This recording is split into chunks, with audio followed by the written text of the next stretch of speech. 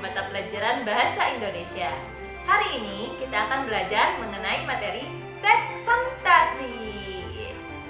Nah, anak-anak, sebelum kita belajar, sambil menyimak sebaiknya kamu siapkan alat tulis, buku catatan. Setelah itu, silakan catat materi penting yang saya sampaikan atau kamu buat dalam bentuk ringkasan dan peta konsep. Oke, kita lanjut. Oh iya, apabila kamu merasa bahwa video ini sangat bermanfaat, maka jangan lupa klik share, like, dan subscribe ya, agar channel ini bisa terus berkembang.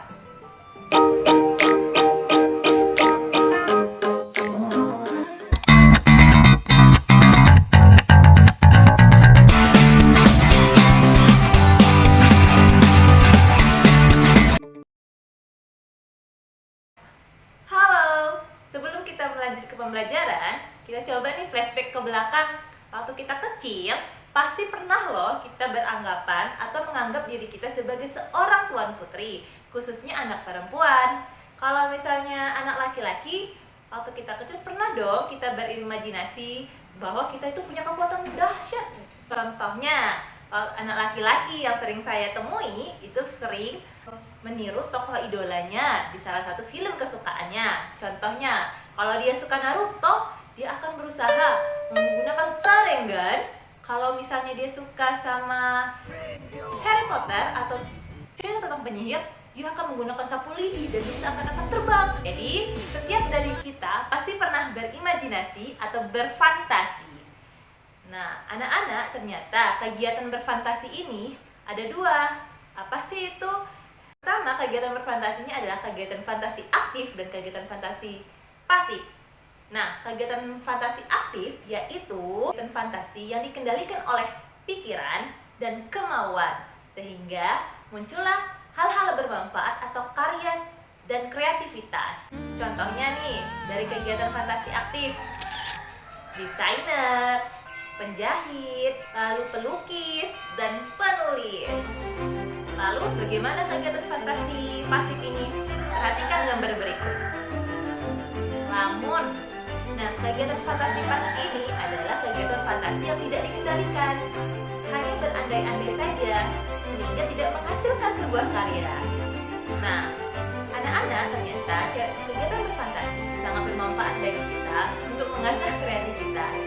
Pembelajaran kali ini kita akan belajar tentang teks fantasi, sehingga ketika kamu punya kemampuan atau ada kemauan untuk mengeluarkan potensi kamu bisa berkarya seperti penulis hebat Ugi Agustono atau penulis akhir-akhir ini yang terkenal sekali Terelie dalam karya-karyanya yang luar biasa. Barangkali kamu bisa menjadi salah satunya. Kita lanjut. Kalau tadi adalah kegiatan berfantasi, lalu apa sih itu teks fantasi? Nah, pernahkah kamu menonton sebuah film seperti Doraemon? Pernahkah kamu menonton Spider-Man? Nah, semua itu yang saya sebutkan tadi adalah salah satu cerita fantasi. Cerita fantasi adalah teks fiksi yang bergenre imajinatif, artinya khayalan, imajinasi. Tidak ada di dunia nyata, hanya bentuk rekaan si penulis atau si pengarang. Cerita imajinasi adalah bagian dari teks fiksi yang bergenre imajinatif atau khayalan. Imajinatif itu bisa dikatakan khayalan ya. Tetapi teks fiksi tidak berarti semuanya itu adalah cerita fantasi atau cerita imajinasi. Mengapa demikian? Sebagai contoh, misalnya ketika kita ingin menulis sebuah cerita atau narasi, di dalamnya kita nyatakan nih bahwa ayahku adalah seorang pengusaha kaya raya. Pernyataan tadi, walaupun itu hanya rekaan, tidak nyata, atau bersifat fiksi, bukan berarti hal tersebut tidak mungkin terjadi di dunia nyata. Sedangkan fiksi yang bergenre fantasi ini adalah dunia dongeng atau dunia hayalan si pengarang.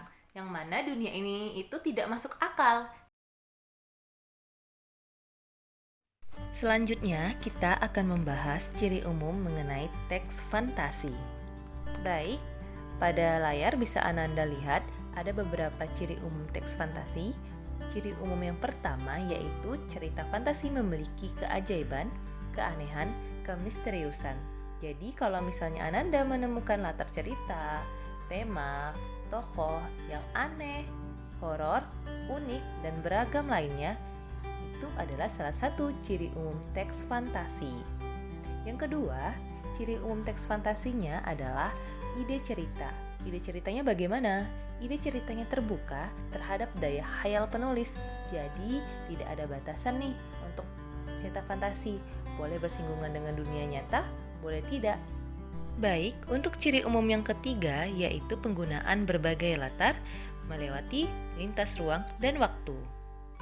Alur dan latar cerita fantasi memiliki kekhasan tersendiri, yang mana rangkaian peristiwa cerita fantasi menggunakan berbagai latar yang menerobos dimensi ruang dan waktu.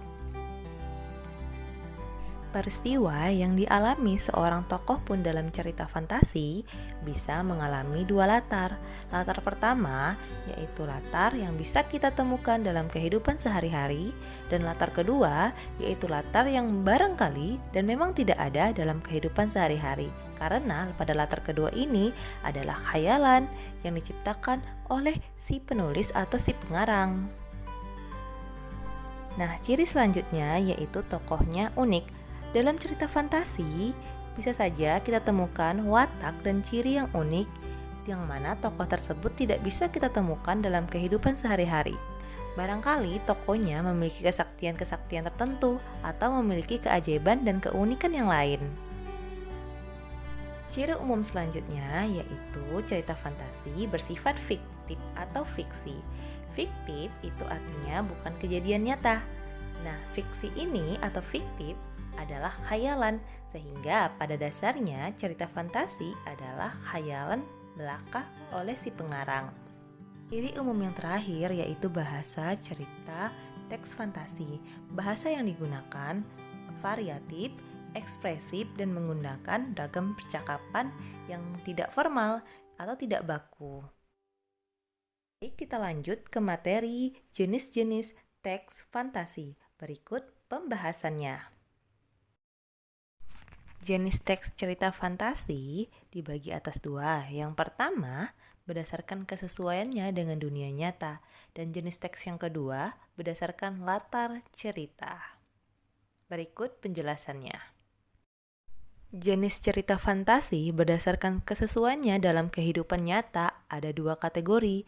Yang pertama, teks fantasi total dan fantasi sebagian atau irisan.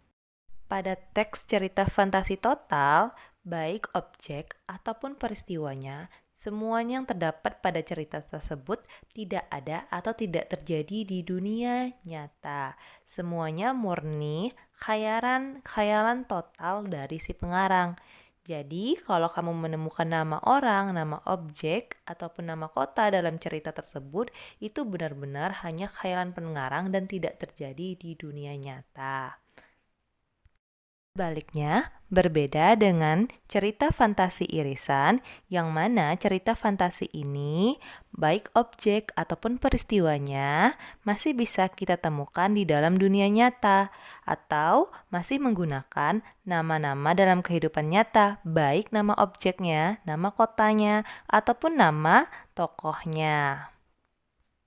Sekarang kita bahas mengenai berdasarkan latar cerita. Jenis fantasi berdasarkan latar cerita terbagi atas dua, yaitu cerita fantasi sejaman dan bercerita fantasi lintas waktu. Latar sejaman maksudnya masa yang digunakan dalam cerita tersebut berada pada satu zaman. Sedangkan pada latar irisan, pada cerita tersebut menggunakan dua latar yang berbeda. Latar sejaman berarti latar yang digunakan satu masa. Masanya itu barangkali bisa fantasi masa kini, fantasi masa lampau, atau fantasi masa yang akan datang atau disebut juga dengan futuristik. Sedangkan Latar lintas waktu berarti cerita fantasinya memiliki dua latar waktu yang berbeda. Misalnya pada sebuah cerita, saat ini dia sedang bercerita dengan masa kini, lalu dia kembali ke masa zaman prasejarah. Atau masa kini, lalu dia akan datang ke 40 tahun kemudian. Contohnya yang paling mudah adalah pada cerita fantasi Doraemon. Baik, sampai di sini materi kita pada hari ini. Ananda, tugas kamu adalah merangkum apa yang telah saya sampaikan pada video ini. Dan yang kedua, mengikuti latihan yang saya bagikan di Google Classroom. Itu saja yang dapat saya sampaikan. Terima kasih dan wassalam.